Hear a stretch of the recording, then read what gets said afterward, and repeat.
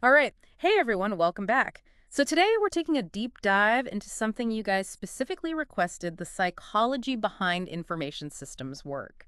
Yeah. I know, I know some of you are probably thinking psychology, what's that got to do with IT? It seems kind of touchy-feely, right? Uh, But you got to remember, we're all about optimizing your approach to work here. And when you're in a field as dynamic and ever-changing as IT, understanding the human element can be a huge advantage, like a secret weapon. You really can be, yeah. So we'll be looking at some older research on personality types, Yeah. the classic introvert versus extrovert kind of stuff. Right. And then we're going to contrast that with some newer perspectives on something called the deep inner self, which, and get this, it's all linked to emotional intelligence. Fascinating stuff. I know, it sounds a little out there, right? But Yeah. trust me, when you start applying these concepts to your IT work, you're going to have some serious aha moments that you just won't find in your typical management seminar. Oh, absolutely. I mean, it's so interesting to see how the research has evolved over time. Yeah. Initially, there was so much focus on these personality types, like the Myers-Briggs type indicator. Right. But more recently, researchers have been really digging into this concept of the deep inner self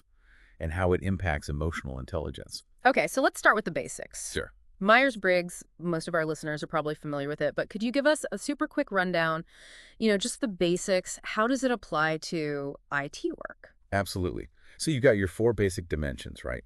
Introversion versus extroversion, sensing versus intuition, thinking versus feeling, and judging versus perceiving. Right. And way back in the 80s and 90s, research showed that a surprisingly large number of people in IT roles were ISTJs. So that's introverted, sensing, thinking, and judging. Yeah, exactly. And, it makes sense if you think about the kind of work that was dominant back then, right? It does, yeah. Like all that procedural programming, all about logic and clear step-by-step processes.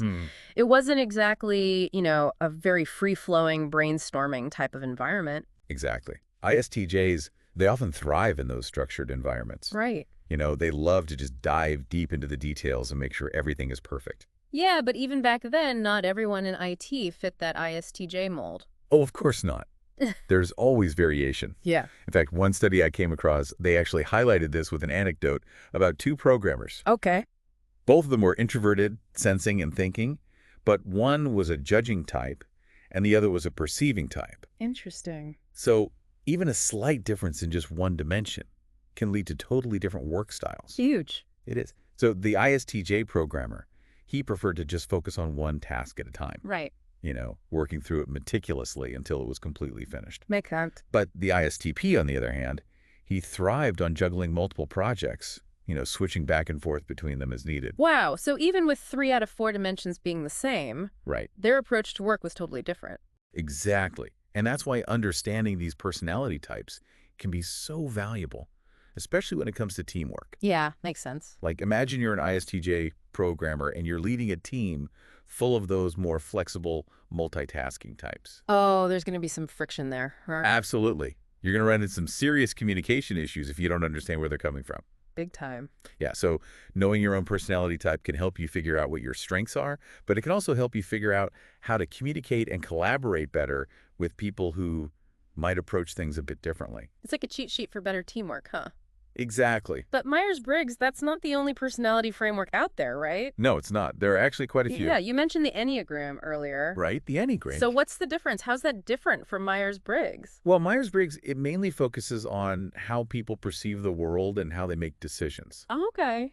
But the Enneagram, it goes a bit deeper. It explores core motivations and fears, Okay. So it can be really insightful for understanding why people act the way they do, especially in the workplace.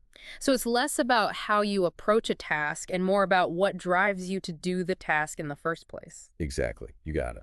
Okay, so we could probably spend like hours talking about all the different Enneagram types. Oh, for sure. But let's just focus on a few that pop up a lot in IT, right? Sounds good. So which personalities are kind of drawn to the tech world? Well, you've got your type 1s, the perfectionists. Okay. They're the ones who really sweat the small stuff. I think we've all worked with a type 1 at some point. Oh, I'm sure. Super meticulous, can be a bit inflexible sometimes. We want that flawless code, perfect documentation, all of that. Exactly. Then you got your type 2s, the helpers. Okay. They're all about people, Uh-huh. making sure that everyone feels supported and heard, Right. So you'll often find type 2s in those user-facing roles like system analysts or tech support. That makes sense. They're naturally empathetic, Yeah. always willing to go above and beyond to help the users. Yeah, sometimes maybe a little too much, right? To their own detriment. Oh, absolutely. It's Yeah. easy to get burned out when you're always trying to please everyone. True, true. And then you've got your type 3s, the achievers. Okay, the go-getters. Yes, Hey. the classic go-getters, Oh, always striving for more. driven by success and recognition. Yeah. They love hitting those deadlines, exceeding expectations, and moving up that ladder. That's them. Okay, so let's try and picture all these types in action, right? We've got our perfectionist programmer spending hours, meticulously combing through every single line of code, maybe even missing a deadline because they just can't let go of that one tiny little bug. Happens all the time. And then you've got the helper analyst, so focused on making sure the users are happy that they end up completely overloading themselves with requests Yep. and burning themselves out in the process. And of course, there's our achiever project manager pushing their team super hard to hit those ambitious goals, maybe stepping on a few toes along the way. Yeah, they can be a bit intense sometimes. You know, all about that recognition, right? Right. And the source material actually has some hilarious anecdotes about these types. Oh, really? Yeah, like there's this one about a perfectionist programmer who spent hours tweaking a website's layout, even though the client had already approved it. Wow. He just couldn't let go of this need to make it perfect, Yeah. you know? Yeah. And then there's this other one about a helper analyst who spent an entire weekend trying to fix a user's problem. Instead of, escalating it to the right team. Exactly. He just neglected his own personal time completely. Wow. Those are so relatable. They are, aren't they? And it really just highlights that understanding the Enneagram, it's not about labeling people, Right. It's about understanding what makes them tick. It's like figuring out your own instruction manual for navigating the workplace, right? Yeah. But you mentioned earlier that there's an even deeper layer to all of this, right? This thing called the deep inner self. Right. Now that's where things start to get really interesting. This is where we move beyond just personality types and start exploring a whole different kind of intelligence, emotional intelligence.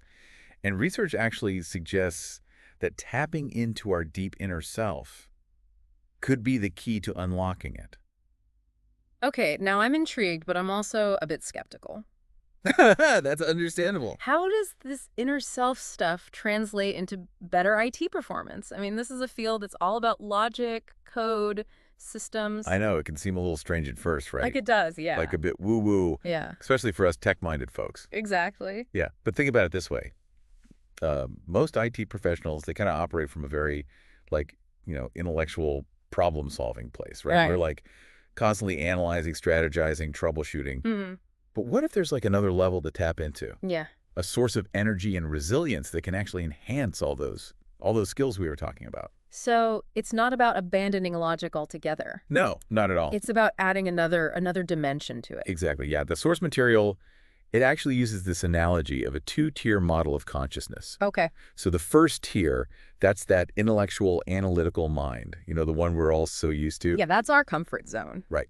But the second tier, this is where it gets interesting. Okay. It's that deeper inner self. Okay. And this is a place of intuition, creativity, and emotional balance. Okay, I'm trying to wrap my head around this, but how do we actually access this second tier? Right. Is this where meditation comes in?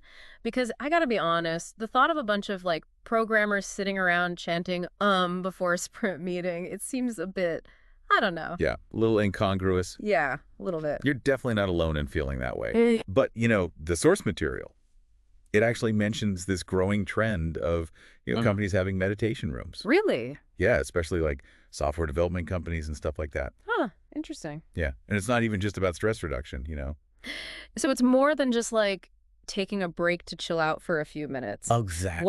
What are we actually trying to achieve here? Well, think about the kinds of challenges that you face in IT work. Okay. I mean, tight deadlines, system crashes, Right. demanding clients, constant change, it never stops. You're telling me anyone in IT knows exactly what you're talking about, that feeling of always being on, never really switching off. Exactly. Yeah. And all that can lead to burnout, frustration, resentment even. Big time. But imagine if, beneath all that surface level stress, Yeah. you had this source of inner calm Okay. and clarity, I like where you're going with this. That's what tapping into your deep inner self can do for you. It's about cultivating that sense of resilience so you can navigate those challenges without, getting totally overwhelmed. Okay, I'm starting to see how this could be beneficial, but let's get practical, So, right? How does this play out in like a real work scenario? Give me an example. all right, so let's say you're a project manager and you're facing this major system outage. Oh, that's everyone's worst nightmare. It is, right? Yeah. And your whole team is freaking out. The Yeah. client's breathing down your neck. Ugh, I can feel the stress already. And you're feeling all this pressure to, come up with a solution immediately. Right. Now, your typical response might be to just get swept up in all that frenzy, Yeah. maybe start barking orders at everyone. Or just shut down completely. Exactly. But if you've been working on that connection with your deep inner self, Look. you can actually access a different kind of leadership in those moments. Okay, so instead of reacting out of stress and fear, Yeah, you're responding from a place of like inner strength and calm. exactly. You hit the nail on the head. You're able to just assess the situation clearly, Right. communicate effectively with, your team and the client, and guide everyone through the whole crisis with this sense of, grounded confidence. Yeah, And that kind of leadership, it's contagious. that's powerful. It is. It can make a huge difference in how the entire team performs under pressure. That makes a lot of sense. So it's not about being, emotionless. No, not at all. It's about being emotionally intelligent. Exactly. And the source material really highlights that emotional intelligence, it's not some mystical thing. Right. Like, it's not just for gurus and therapists and stuff. Yeah. It's an actual skill. Okay. So you can learn and develop. That's encouraging. It is. See it. And it's becoming more and more valuable in the IT world every day. So I'm starting to come around to this whole idea. I knew you would. But are there any real world examples of this happening? Are there companies out there who are actually embracing this whole person approach to IT? Oh, absolutely. There are tons. In fact, one of the sources actually talks about Edward Yourdon. Okay, I know that name. Yeah, he's a really prominent IT consultant and educator. Yeah. And he was actually warning about the dangers of IT burnout, like way back in the 90s. Yeah, so this isn't just some new age fad. People have been talking about this for decades. Exactly. And he actually specifically called for training programs that focused on personality awareness and emotional intelligence. Interesting. And now we're seeing more and more companies, especially in the tech world, they're starting to integrate these ideas into their whole workplace culture. Really? Like what kinds of things are they doing? Give me some examples. Are we talking yoga classes in the server room? Well, maybe not yoga in the server room, but some companies are like creating these dedicated spaces for meditation and mindfulness practices, Oh, wow. And some are offering workshops on things like stress management, communication skills, Okay. even conflict resolution. So it's not just about individual employees having to, figure all this out on their own. No, definitely not. It's about companies actually creating an environment that supports that growth. Exactly. Yeah. Yeah, and the source material actually argues that this isn't just good for the employees. Yeah. It's actually good for business too. Because happier, less stressed employees, they're more productive, right? Absolutely. More creative, more engaged. And when people feel valued and supported, Yeah. and they have the tools to manage their stress Right. and tap into their full potential, they bring their best selves to work. Makes sense. And that just translates into better collaboration, Yeah. better problem solving, Mm-hmm. ultimately better results for the whole company. So it's not about turning IT professionals into like touchy-feely Zen masters. No, not at all. It's about giving them the tools to, thrive in this really demanding and fast-paced environment that they're in. Right, to be more effective, Right. more resilient, and ultimately more successful in their work. Yeah. It's pretty amazing to think that something as, I don't know, intangible as emotional intelligence could have such a real impact on a company's bottom line. It really shows you how interconnected everything is, Yeah. Like, we tend to think of IT as this very, technical, left-brained field. Right. But at the end of the day, it's human beings who are at the heart of it all. Yeah. We're the ones designing these systems, building the software, Right. and using these technologies to solve problems and connect with each other, right? Exactly. And that's why I think understanding the psychology behind IT work is so important. Makes sense. It's not just about optimizing individual performance. Right. It's about creating a more human-centered approach to technology as a whole. Okay, so let's bring it all back to our listeners, right? Sure. We've covered a lot of ground in this deep dive, We have. from personality types to emotional intelligence to this whole idea of the deep inner self. It's a lot to take in. It is. What's the one thing you hope people take away from all this? If I had to pick just one, it would be this. Don't underestimate the power of your own inner world. Okay, because it's not just about mastering those technical skills, right? Right. It's about mastering yourself. Exactly. Your Yeah. thoughts, your emotions, your underlying motivations, Yeah. all of those things play a role in how you show up at work, Mm-hmm. how you interact with others, Yeah. and ultimately how successful you are. It's like that saying, you can't pour from an empty cup. Yeah. Right? Exactly. If you're not taking care of your own well-being, Mm, you're not going to be able to bring your best to your work or anything else in your life, really. absolutely. Yeah. And the great thing is there are so many resources available now to help people cultivate that inner awareness and resilience. Right. It's not like this super secret knowledge anymore. No, not at all. It's Well- becoming much more mainstream.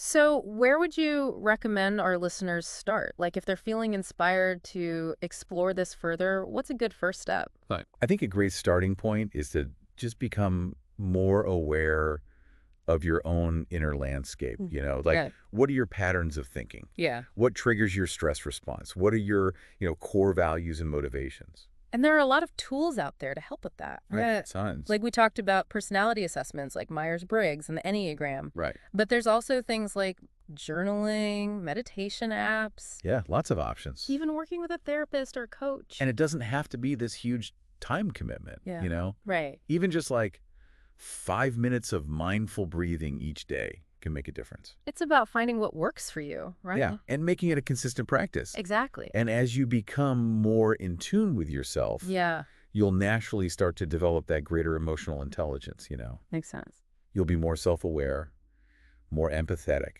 Mm-hmm. more skilled at navigating those, challenging situations. Which will ultimately make you a better IT professional, Oh, absolutely. a better leader, For sure. and just a better human being all around. It's a win-win-win. I love that. Okay, before we wrap up, I got to ask, what's next? What trends are you seeing that, point towards the future of emotional intelligence in IT? One thing that's really exciting to me is that there's a growing emphasis on incorporating emotional intelligence training into formal IT education programs. So you're saying, colleges and universities are starting to recognize that these soft skills are important Right. too. They're realizing that to be truly successful in IT, graduates need more than just coding skills and technical knowledge. Right? Need to be able to communicate well, work collaboratively, Yeah. and manage their stress, Right. in those really high-pressure environments. Which means they need emotional intelligence. Exactly. And I bet we're also going to see more demand for leadership training programs that incorporate these principles, right? Oh, absolutely. Because in a field that's constantly changing and evolving, Yeah. it's not enough to just be a technical expert anymore. Right. You have to be able to inspire and motivate others too. And to do that authentically and effectively, you need emotional intelligence. Well, this has been a fascinating conversation. It has. I have to admit, I was a little skeptical at first, but you've definitely opened my eyes to the importance of emotional intelligence in IT. I'm glad to hear that. And remember, this is just the beginning, Yeah. There's so much more to explore, so much more to learn. And that's what the deep dive is all about, right?